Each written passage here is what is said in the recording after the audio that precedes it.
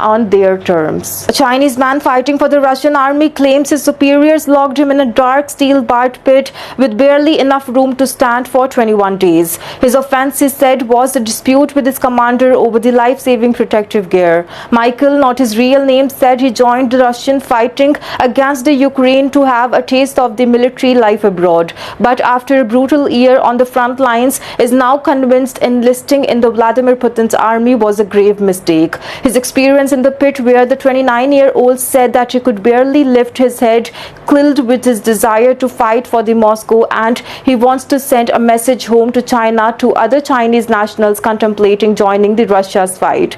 Also, I have to speak out some truths and warn those irrational Chinese, don't come over here, he said. Speaking to the CNN and Millennium on phone, the Michael, who has said that he was currently recovering from the injuries sustained on the battlefield, the world's number 2 military, is a sheer joke. Michael said, listing subpar equipment, inadequate logistics, mistreatment and severe corruption as issues within the military. Complaints that have been widely documented since the war began. Both Ukraine and Russia have used foreign fighters to bolster their forces. But the issue of the Chinese mercenaries fighting for Russia was thrust into the global spotlight when the Ukraine's President Vladimir Zelensky revealed that 2 Chinese fighters had been captured by the Ukraine in early April and claimed that there were many more in the Russian ranks. Also, Zelensky demanded answers from the Beijing, which in turn denied any involvement and repeated previous calls of the Chinese citizens to refrain from participating in the military actions of any party.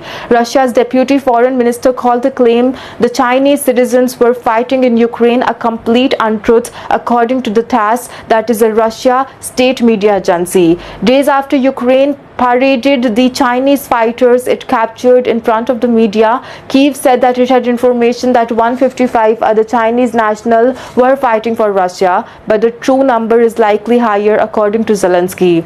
Both Michael and other Chinese fighters who fought with Russia told CNN they know of hundreds of others. Also, a handful of Chinese people have been fighting on the Ukrainian side too. CNN has confirmed their presence with 1 battalion, but Ukraine's land forces could not provide a total number of each unit recruits directly.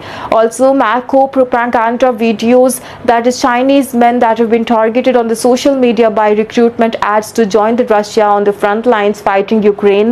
The post and the accompanying videos seen by the CNN typically promise good pay and to boost the manhood of those who sign up. Also, the videos are all in Russian but comes with the Chinese translation. One carried that the Chinese subtitle saying that aren't you a man, be a real man. It's not clear who made the translation. Also, such videos caught the attention of Michael, who said he started seeing them in 2023 on the Douyin, also the Chinese, that is the version of TikTok. Once enlisted, he started posting regular social media videos of his time in the Moscow rank. Michael told CNN that he had been a soldier in the China's People Liberation Army but left in 2018, and said seeing the ads and the videos from the other Chinese fighters on the front line rekindled his aspiration for the army. I felt pretty pumped up again, and Michael recalled that as a former professional soldier in China, I thought that this was a good opportunity and there had been a way for me to contribute